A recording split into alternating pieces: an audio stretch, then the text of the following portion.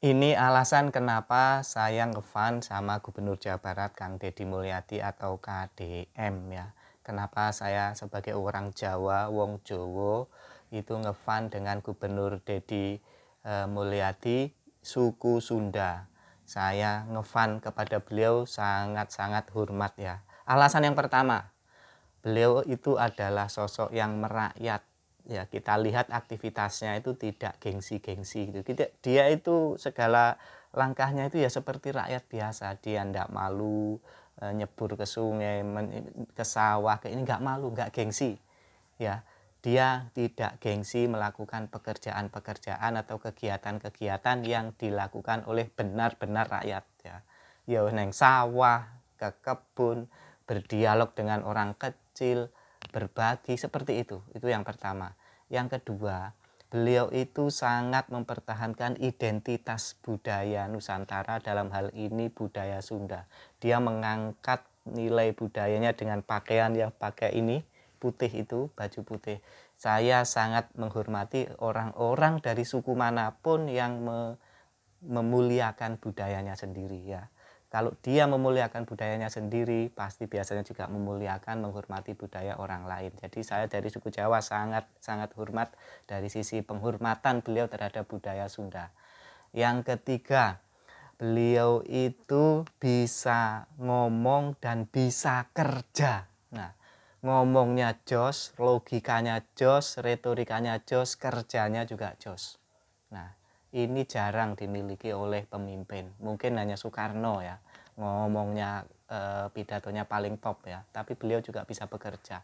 Deddy Mulyadi juga begitu. Dia itu orang pinter, tidak hanya pandai berbicara ya, tapi ilmunya juga banyak. Dia aktivis ya, seorang aktivis mahasiswa dulu yang keren.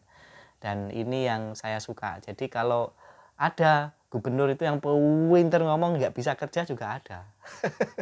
Ada ngomong retorikanya bagus tapi sebenarnya nggak bisa kerja, itu ada ya.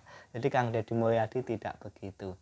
Yang berikutnya yang keempat, beliau itu adalah konten kreator yang sukses ya. Beliau itu YouTuber yang sukses yang ketika saya cek penghasilannya melalui aplikasi, kisaran bawahnya berapa, kisaran atasnya berapa, itu minimal kalau tidak salah kemarin tuh 500 juta per bulan. Bayangkan, itu bisa digunakan untuk operasional kegiatan-kegiatan membangun Jawa Barat, bisa untuk menyumbang masyarakat yang membutuhkan, bisa untuk aktivitas yang lainnya tanpa menghabiskan atau menggunakan anggaran APBD-nya Provinsi Jawa Barat. Bayangkan ya. Jadi beliau dari hasil konten itu bisa untuk kegiatan yang sangat produktif, dan ini menurut saya satu-satunya di Indonesia yang sukses ya, yang bisa menggunakan uang dari hasil kontennya untuk berbagi, membangun rakyat atau membangun daerahnya. Banyak konten kreator yang sukses tapi untuk dirinya sendiri ya kan. Boy, di Jakarta itu banyak konten kreator yang sukses jutaan rupiah hasilnya tapi untuk dirinya sendiri, atau kita tidak tahu itu untuk siapa ya. Tapi kalau Kang Deddy Mulyadi ini orangnya, kalau orang Jawa bilang nyah nyoh, nyah nyoh. Nyah nyoh itu kasih gitu. Di Jawa Timur itu ada yang mirip-mirip, itu Caar Muji, itu wakil wali kota Surabaya ya, juga turun ke bawah dan menyelesaikan masalah, tapi YouTube-nya belum sebesar Kang Deddy Mulyadi. Jadi ini tidak mengganggu anggaran pemerintah Provinsi Jawa Barat. Ini keren. Biasanya selama ini kan pejabat itu identik menggunakan anggaran, menghabiskan anggaran, bagi-bagi proyek. Ya apa menghabiskan ini untuk saya memperkaya diri sendiri. Kang Deddy Mulyadi tidak begitu. Ini yang membuat kita hormat, kita mencintai beliau, meskipun dia orang Jawa Barat, Gubernur Jawa Barat, nggak ada hubungannya dengan Jawa Timur ya, nggak ada hubungannya lagi dengan saya, nggak ada hubungan. Tapi saya pengen mengkampanyekan orang baik semacam ini harus terus dikampanyekan. Jangan kita kalah dengan orang-orang yang culas, orang-orang yang koruptor ya. Kita harus kampanyekan orang-orang yang baik. Nanti kalau ada lagi orang baik, orang tulus, orang ikhlas membangun daerahnya, membangun Indonesia, kita kampanyekan. Ada lagi yang sudah pernah saya bicarakan itu Menteri Pertanian Pak Andi Amran Sulaiman. Top ya. Di balik sukses Indonesia swasembada beras adalah beliau. Berikutnya, yang membuat saya semakin kagum dengan Kang Deddy Mulyadi adalah selama ini yang saya pikirkan, ini mohon maaf ini saya jujur ya, saya pikirkan kok beliau itu mengatakan begitu loh. Artinya ada frekuensi pikiran yang mungkin sama. Contoh, saya itu sudah lama sekali melihat bahwa pemerintah di sebuah daerah itu kurang serius membangun jalan, membangun selokan, membangun itu. Ternyata bagi Kang Deddy juga sama. Buat apa kita kalau jadi pemimpin hanya bisa membangun jalan, itu gampang, siapapun bisa. Dan yang berikutnya adalah dia juga galau dengan pembangunan proyek-proyek itu yang kualitasnya rendah. Jalan sebulan dibangun udah meletek-meletek, sudah bengkak-bengkak. Atau jalan setahun bangun lagi. Nanti kena hujan aspalnya rusak. Wes gitu-gitu yang ada di Indonesia di mana-mana tempat. Saya sampai kalau saya begini cara orang Indonesia membangun, dalam hati saya berpikir Indonesia tidak akan menjadi negara maju.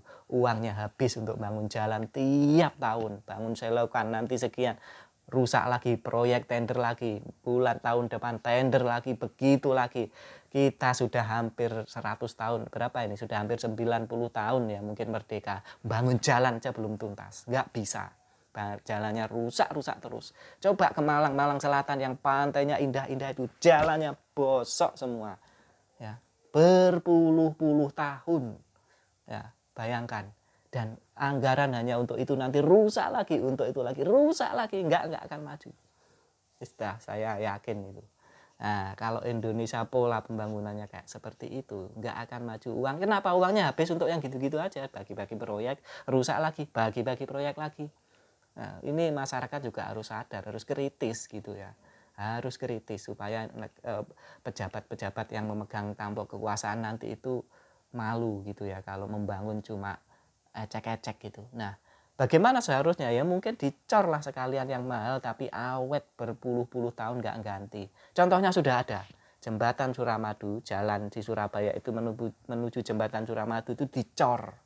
Itu sudah berapa umurnya jembatan Suramadu, nggak pernah ganti cor. Yang paling nembel-nembel tipis-tipis murah, nggak sedikit sekali. Cornya sampai sekarang itu enak. Kenapa itu tidak dimulai di daerah-daerah yang mungkin aspalnya gampang rusak, dicor aja sekalian dikit-dikit 10 tahun kan kemudian nanti bisa tuntas. Jadi terencana begitu. Dan Kang Deddy Mulyadi ternyata juga memikirkan itu. Berikutnya kenapa saya suka beliau itu tidak hanya membangun fisik ya, tapi mental. Beliau membangun mental orang itu untuk tergerak dengan sendirinya, kesadaran sendiri. Karena dia memimpin itu dengan tulus ya, tulus ikhlas ya. Kelihatan loh ya pemimpin yang tulus, yang dibuat-buat dengan yang tidak itu kelihatan. Kang Deddy misalnya dibuat-buat toh itu masih ada naturalnya dan ada nuansa ikhlas dan tulusnya itu masih terlihat. Saya paham beliau di syuting ada timnya itu paham dan itu wajar. Tapi dalam hasilnya dia kelihatan tetap tulus, tetap ikhlas dalam berkomunikasi ya, tidak dibuat-buat. Nah, itu yang bikin kita hormat. Yang terakhir ini nanti masih ada mungkin saya sebut lagi. Yang terakhir ini soal ini mohon maaf ya bagi pemerintah soal makan bergizi gratis. Saya sudah lama itu berpikiran tapi nggak pernah saya sampaikan. Paling nggak saya sampaikan ke 1-2 orang. Sebenarnya makan gratis itu bagus sekali. Kalau sampai sekarang masih agak ada kendala itu mungkin karena difokuskan ada disamakan. Coba saya dulu ngomong ke teman. Kalau uang 15.000 itu dikasihkan ke orang tua setiap hari sudah itu selesai itu. Semua tiap pagi anak-anak pasti bawa makanan ke sekolah dan sehat. Itu saya berpikir sejak awal. Dan ternyata itu kan tidak ada yang melakukan. Lah kok Kang Deddy kemarin tuh bilang begitu. Kalau saya jadi saya kasihkan 15.000 ke orang tuanya itu nanti sudah selesai masalah katanya begitu. Iya saya sama lagi jadi begitu ya. Akhirnya saya semakin semakin apa ya, semakin ngefan ya sama gubernur yang satu ini. Nggak tahu Anda ngefan atau tidak ya, kalau saya begitu. Banyak hal yang saya pikirkan itu relate itu loh, cocok gitu loh. Karena selama ini kan saya pendam sendiri, aduh Indonesia sebenarnya gampang kalau maju, kalau niatnya serius bangun. Masa sekolah dibangun sebulan 2 bulan atapnya jebol. Bangunan Belanda, coba bukti ini ya. Zaman penjajahan dulu sampai sekarang kuat-kuat itu ada Lawang Sewu di Semarang, di mana-mana bangunan tua Belanda itu kuat-kuat. Kenapa kita nggak bisa niru? Ya kita harus sadar bahwa bangsa kita itu memang ya begini ini ya. Tidak bisa apa ya, berpikir jauh ke depan, pikirnya pendek setahun 2 tahun nanti proyek lagi negaranya. Jadi lihat jalan di Indonesia pasti bolong-bolong, jeglong-jeglong tuh banyak. Alasannya Indonesia kan luas, duitnya kan juga banyak gitu loh. Dikemanakan uangnya? Harusnya begitu, dibalik pertanyaannya. Kita malu ya kalau dihina orang-orang Malaysia, di Indonesia jalannya bolong-bolong, banyak kubangan, ditanami pisang, tersebar. Harusnya pejabat tuh malu ya. Ya, itu saudara-saudara, kenapa saya ngefan sekali kepada Kang Deddy Mulyadi. Semoga beliau nanti terus jadi apapun ya, terserah, tapi akan terus bermanfaat. Jadi menteri akan bermanfaat, jadi gubernur bermanfaat, jadi bupati bermanfaat, jadi menteri juga bermanfaat. Kalau toh dia jadi presiden, saya yakin juga bermanfaat. Salam Kang Deddy dari Malang, Jawa Timur. Kang Deddy, saya sangat hormat kepada Anda. Terima kasih. Assalamualaikum warahmatullahi wabarakatuh.